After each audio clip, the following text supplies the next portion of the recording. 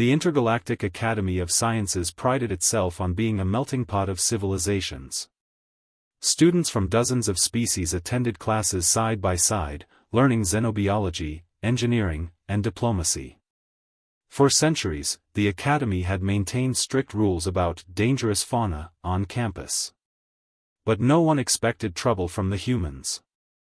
They were new to the Academy, only the third generation allowed to study off-world. Most aliens viewed them as curious oddities, adaptable, stubborn, with strange traditions. When the syllabus announced a unit on domesticated companions, each species was invited to bring a harmless pet for study. That was when the trouble began. On the appointed day, students from across the galaxy gathered in the zoology hall.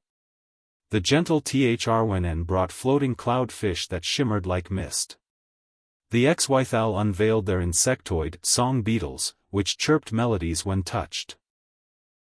The Valari proudly displayed crystal shell crawlers, creatures that lived on starlight.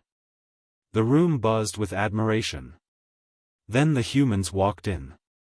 Cadet Miller carried a wriggling bundle of fur. Cadet Zhang had a reptile coiled around her shoulders. Cadet Adebayo dragged in a cage that rattled ominously. The other species leaned forward eagerly, until the introductions began. "This is Max," Miller said cheerfully, setting the bundle down. The bundle unfurled into a canine predator, baring teeth and wagging its tail simultaneously. Several students yelped and scrambled backward. Zhang stroked the reptile on her shoulders. "This is Juno. She's a python. Don't worry, she only constricts prey larger than her stomach can handle." Adebayo grinned and opened his cage. Out stalked a feline with gleaming eyes and claws sharp enough to cut steel fabric. It yawned lazily. "Meet Nala. She hunts for fun." Gasps filled the hall. The Thrwn instructor flicked his frilled crest in alarm. "Humans. These are predators. Why have you brought hunting beasts into an academic hall?" Miller blinked. "They're not predators. They're pets." The instructor gestured with trembling claws. "That creature has fangs." "Yes," Miller agreed, scratching Max behind the ears. "That's how he eats." "And the serpent," another alien squeaked. "She's docile," Zhang assured them. "Unless you're a rabbit." The aliens recoiled in horror.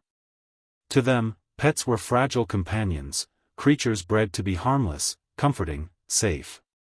The idea that humans kept hunters in their homes, let them sleep beside children, played with them, was unthinkable.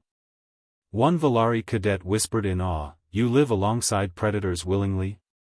Miller laughed. "Live alongside? We raise them from birth. Dogs have been with us for thousands of years. They guard us, guide us, love us. Cats, well, they tolerate us. Sometimes." Zhang added, "We bond with them. They're family." The instructor's voice trembled. "But, why? Why keep such danger so close?"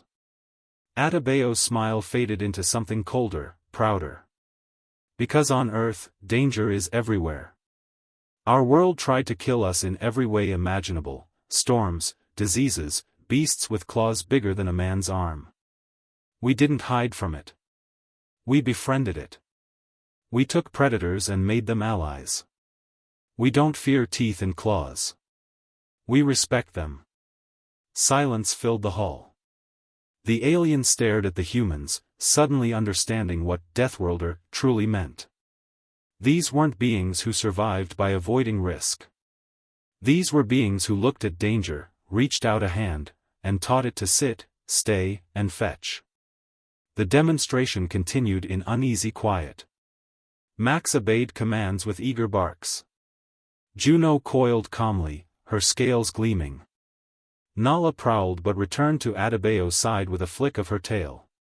The humans glowed with affection, utterly unafraid of their companion's lethal potential.